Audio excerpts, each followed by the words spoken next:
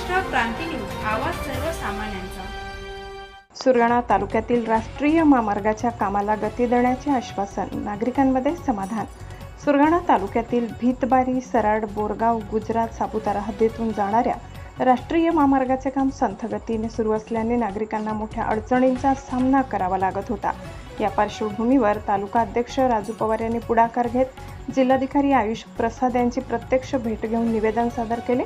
या निवेदनात महामार्गाच्या कामातील विलंब, रस्त्याची अत्यंत खराब अवस्था, खोदकामामुळे निर्माण झालेली धुळीची समस्या, पादचारी व वाहनधारकांना होत असलेल्या गैरसोयी याबाबत सविस्तर माहिती देण्यात आली। विशेषतः दुचाकीस्वारांना मोठ्या अडचणींचा सामना करावा लागत असून संबंधित ठेकेदार व रेणुका कन्स्ट्रक्शन कंपनीकडून रस्त्यावर नियमित पाणी न मारल्यामुळे परिस्थिती अधिक गंभीर होत असल्याचे नमूद करण्यात आले।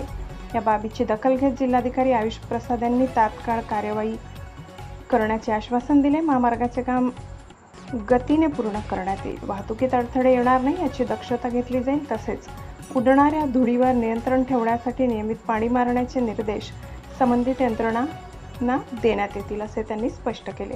दरम्यान पावसाळा तोंडावर असताना काम पूर्ण न झाल्यास अपघाताचा धोका वाढण्याची शक्यता व्यक्त करण्यात आली होती। तसेच शेतकऱ्यांच्या पिकांचे होत असलेले नुकसान या निवेदनात अधोरेखित करण्यात आले।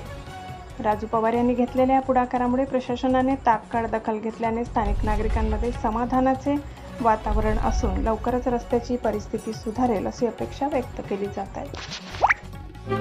अशाच नवनवीन बातम्या पाहण्यासाठी आमच्या महाराष्ट्र क्रांती न्यूज या YouTube चॅनलला लाईक करा, सबस्क्राईब करा आणि बेल आयकॉनला प्रेस करा।